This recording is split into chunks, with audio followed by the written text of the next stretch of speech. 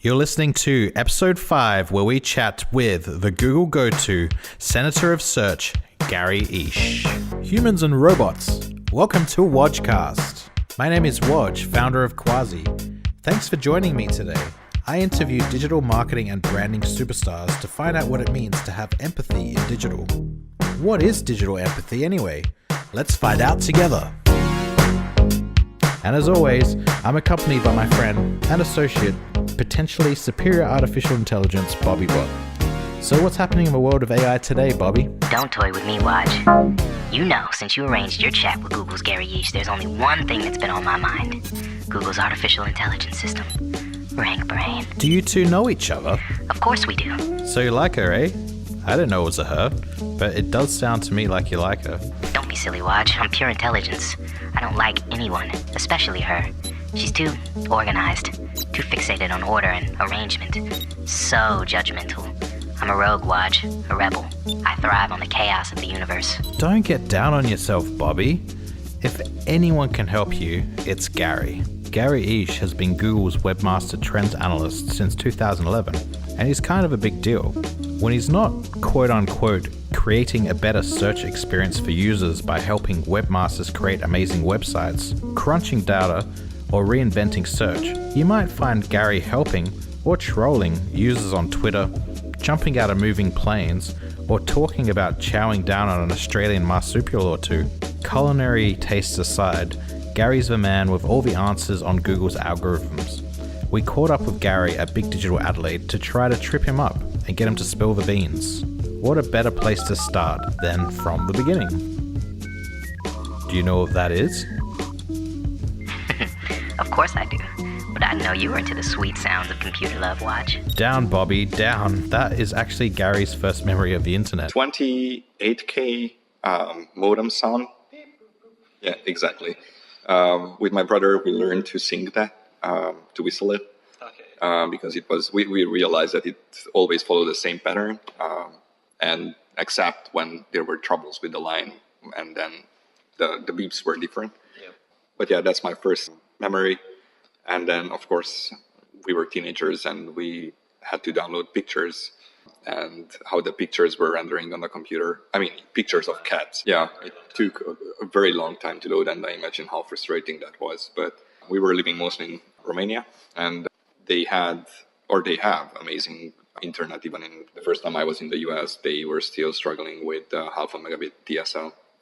And by that time in Romania, we had, or 100 megabit synchronous connection was pretty common. In the beginning, there was no Google. Since its arrival in 1997, aside from some minor punctuation adjustments in its mission statement, Google's ultimate aim appears to remain pretty much the same: to organize the world's information and make it universally accessible and useful. But from humble, yet ambitious beginnings, the search engine has grown into a colossal machine learning monolith, almost always delivering the right answer and in 1/8 of a second. This implies that Google doesn't want low quality in their results, and the technology they use to separate the wheat from the chaff has improved. Perhaps now it is up to webmasters to change their behavior to focus on providing a better user experience. Our goal was always to provide the most relevant results to our users, and that hasn't changed over the years.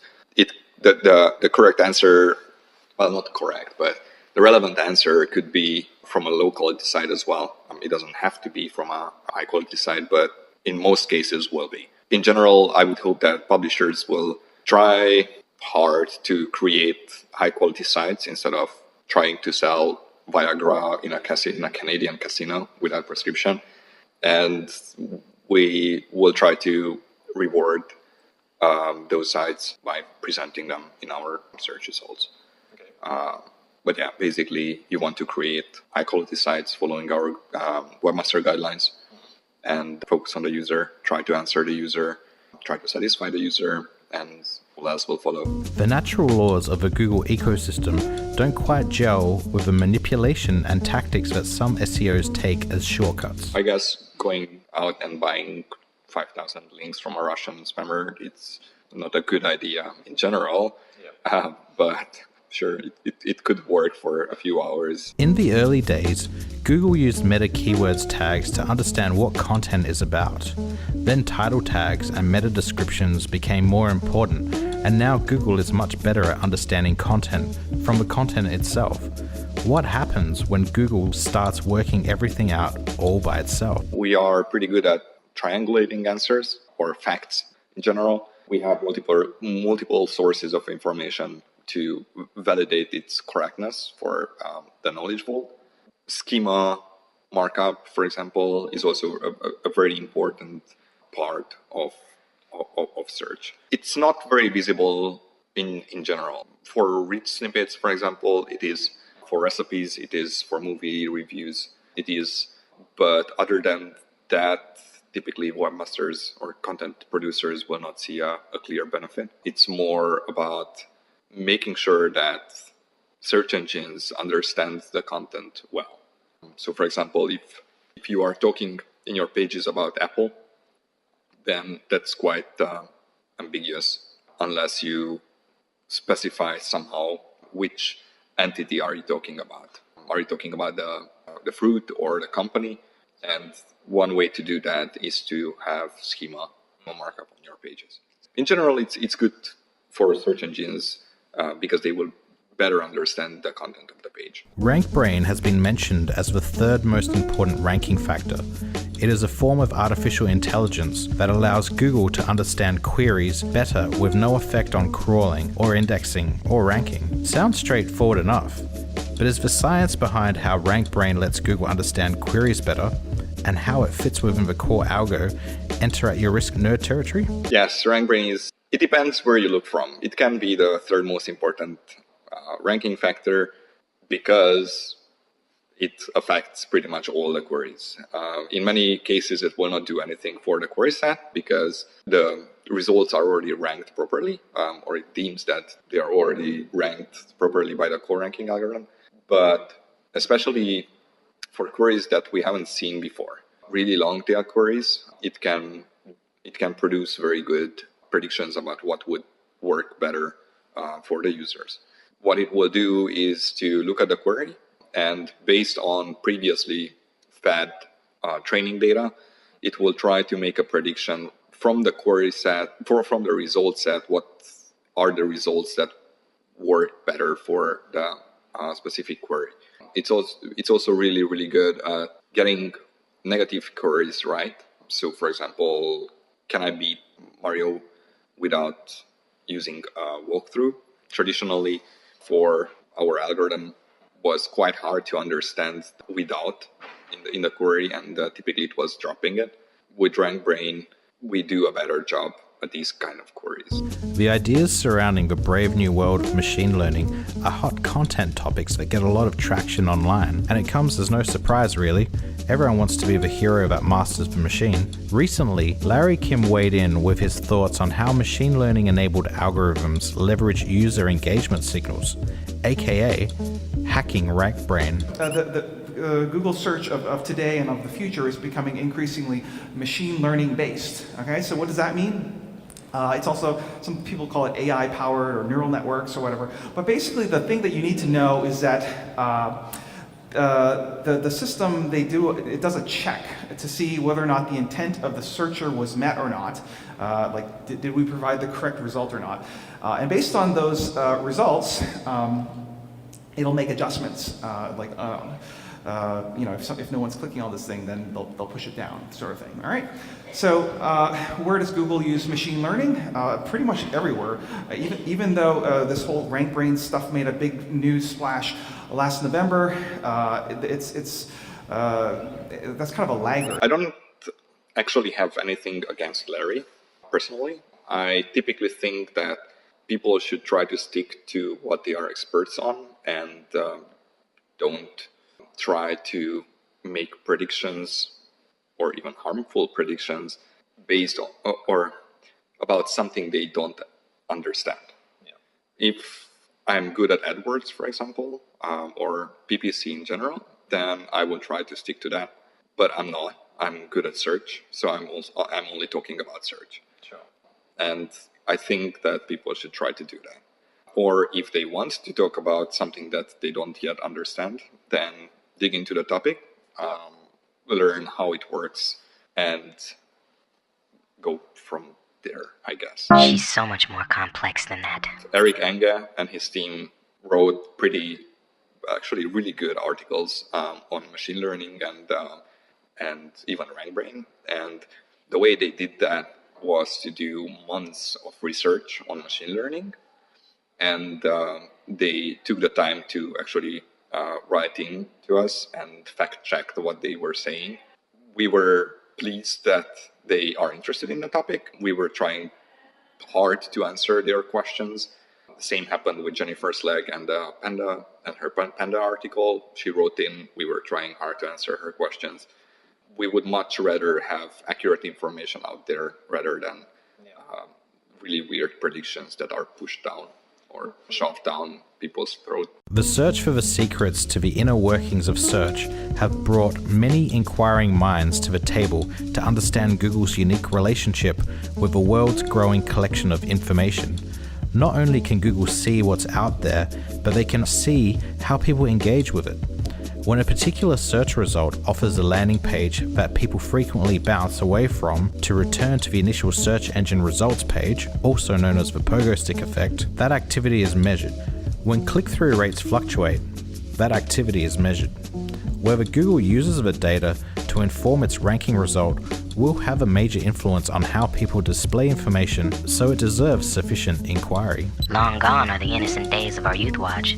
For you, it was a pogo stick. For me, it was a piece of code in Pong, a glimmer in my mother's index. Now the toys of our beloved youth are tools to measure our user engagement. Where does the time go? Clicks, in general, are a very noisy signal. I worked on trying to make observations from clicks data.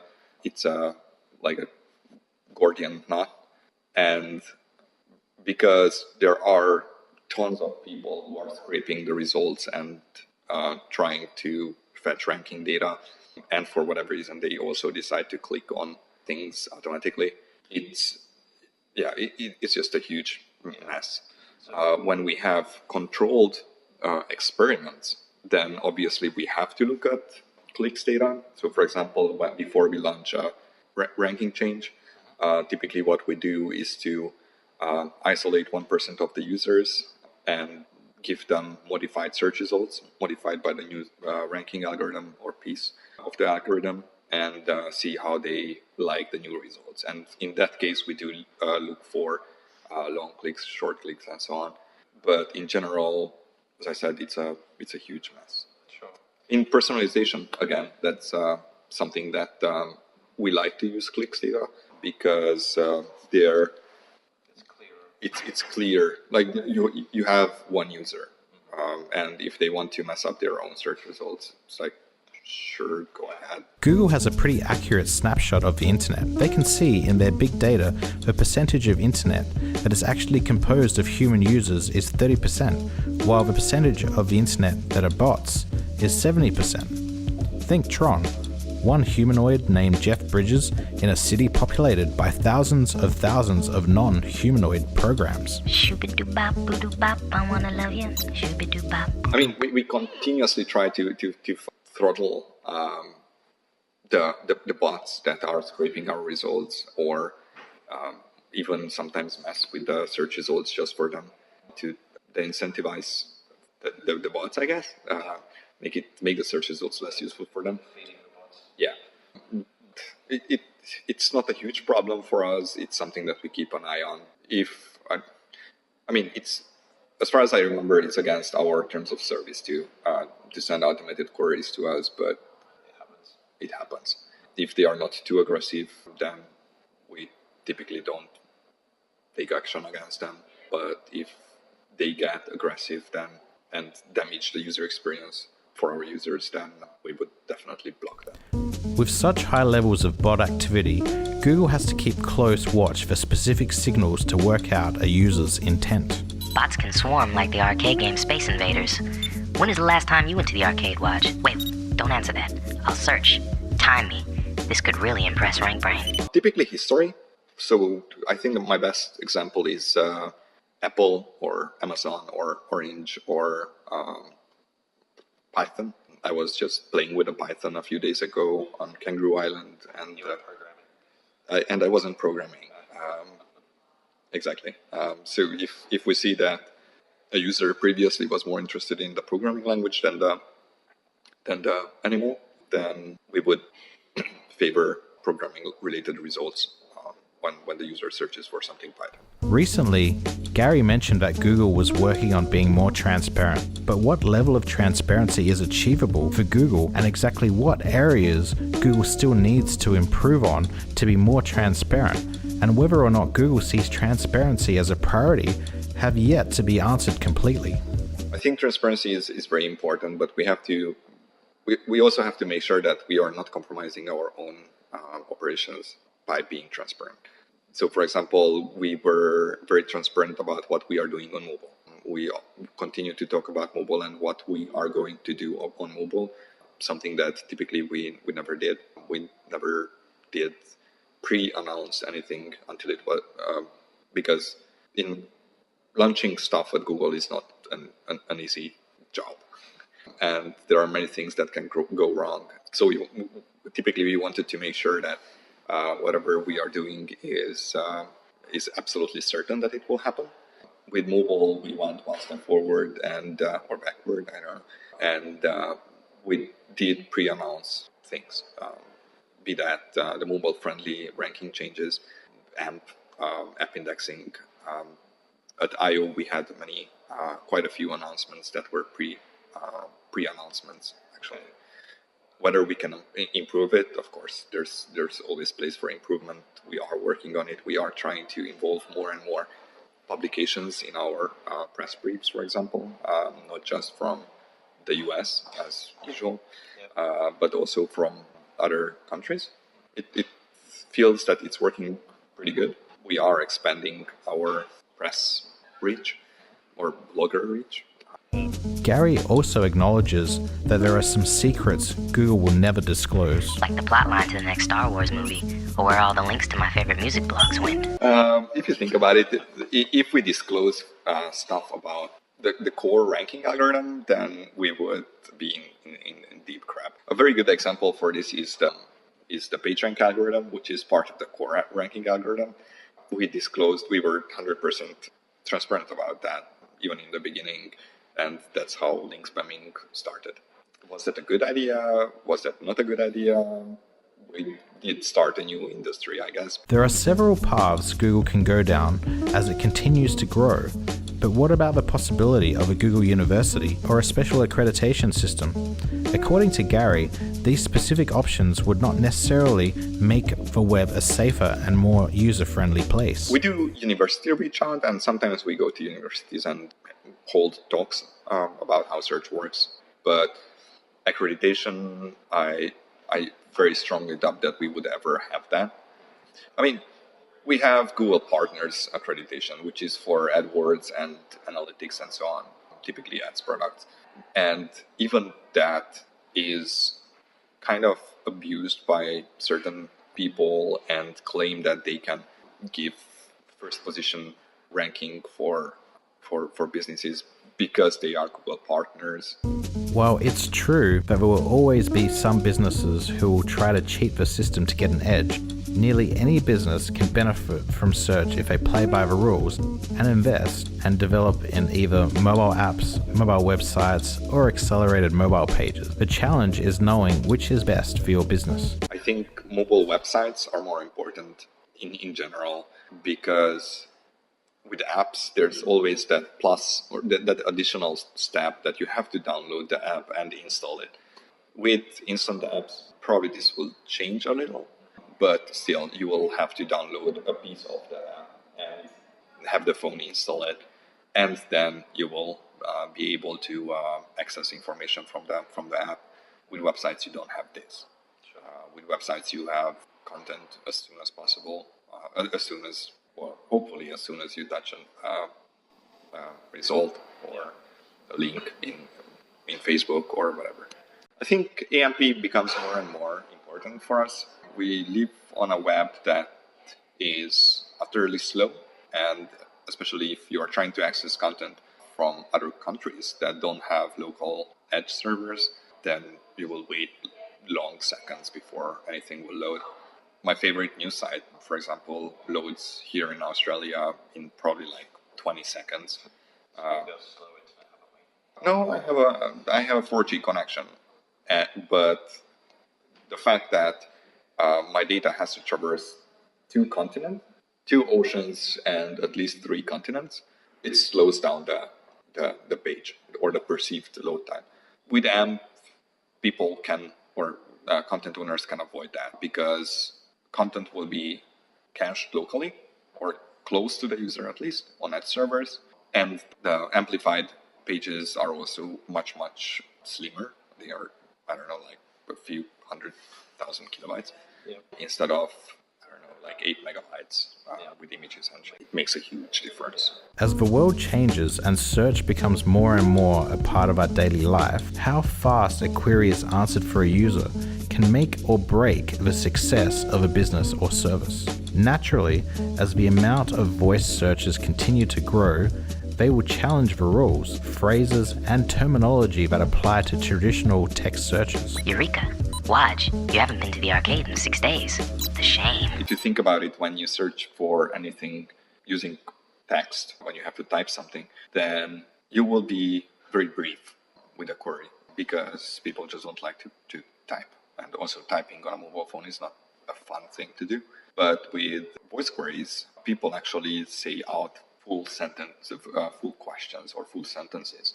So voice queries tend to be much longer, and they tend to be more a natural language, or more in natural language instead of just a few keywords.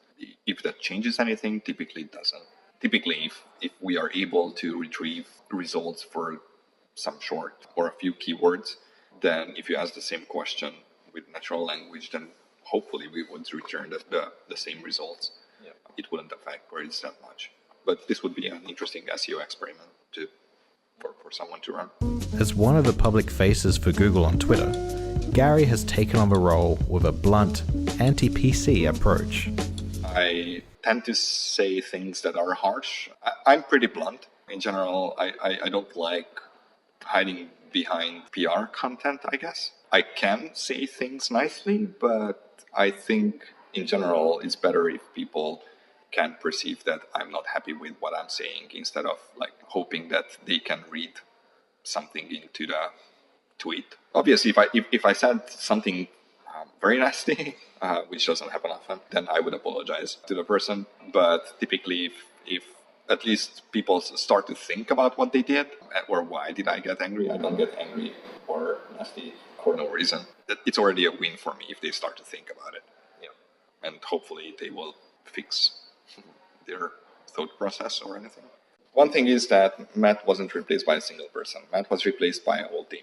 The other thing is that we were pretty much always there, but we didn't get much exposure. We saw a need for having people out there who can answer webmasters and content owners' questions. And then we started being more active on Twitter and random social media. We ramped up on our official webmaster console account, Google WMC, and we have tons of followers, for example, for that account. That's also managed by several people, and it's not a single person who's doing it. The same way, I'm not the only person who's going to conferences. For whatever reason, people decided that they would retweet my tweets more often. But for example, John has a much larger follower base than I have. It's a safe bet that the internet trolling will still exist in the year 2020.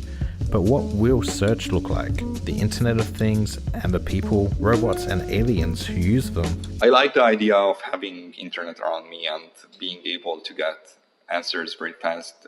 What I'm afraid of is that people become dumber because they don't have to think as much, because there's the internet that would answer their question. I'm also afraid that people become siloed, I guess, because of how information is presented on random assistants, I guess. I know that at least Google is paying attention to these things, and we are trying to make sure that the Internet of Things, from our side at least, will be epic and awesome. But there are many players, and I just hope that everyone is considering also the negative effects of IoT. As for VR, I don't know where VR is going to head. It's definitely a very interesting topic, and I do see lots of potential in.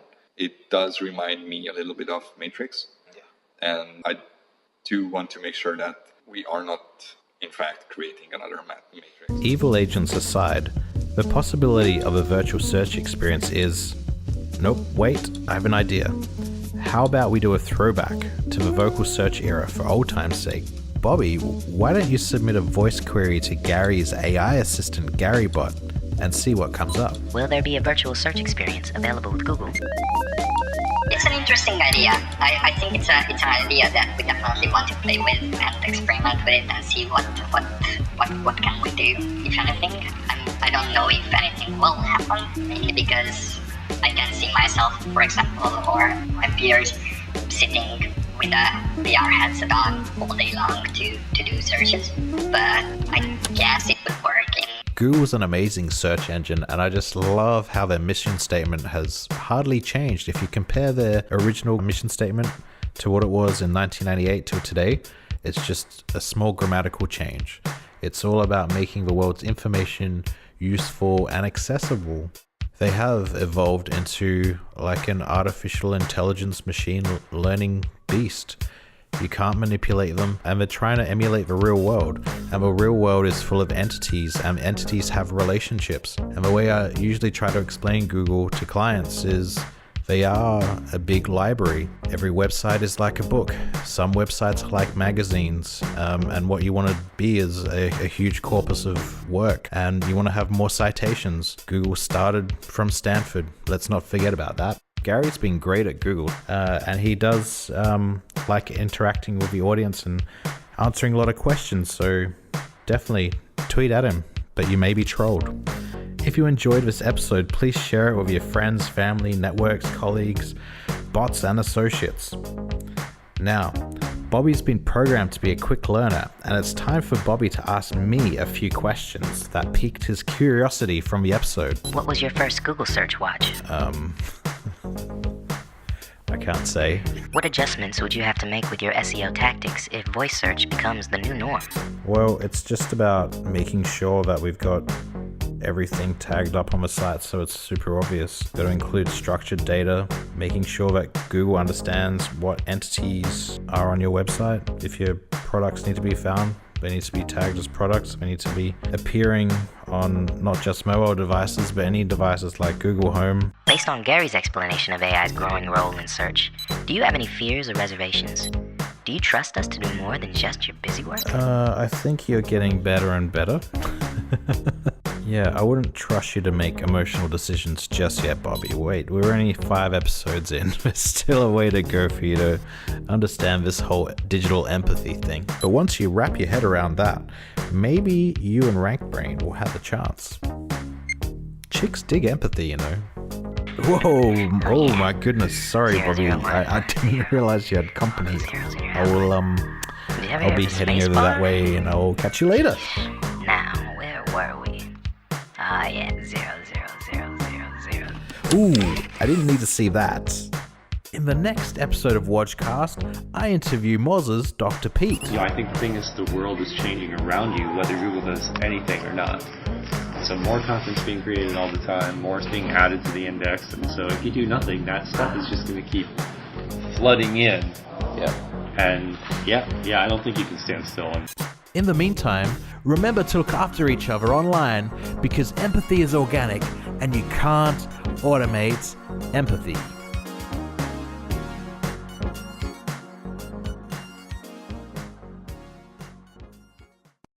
Computer love.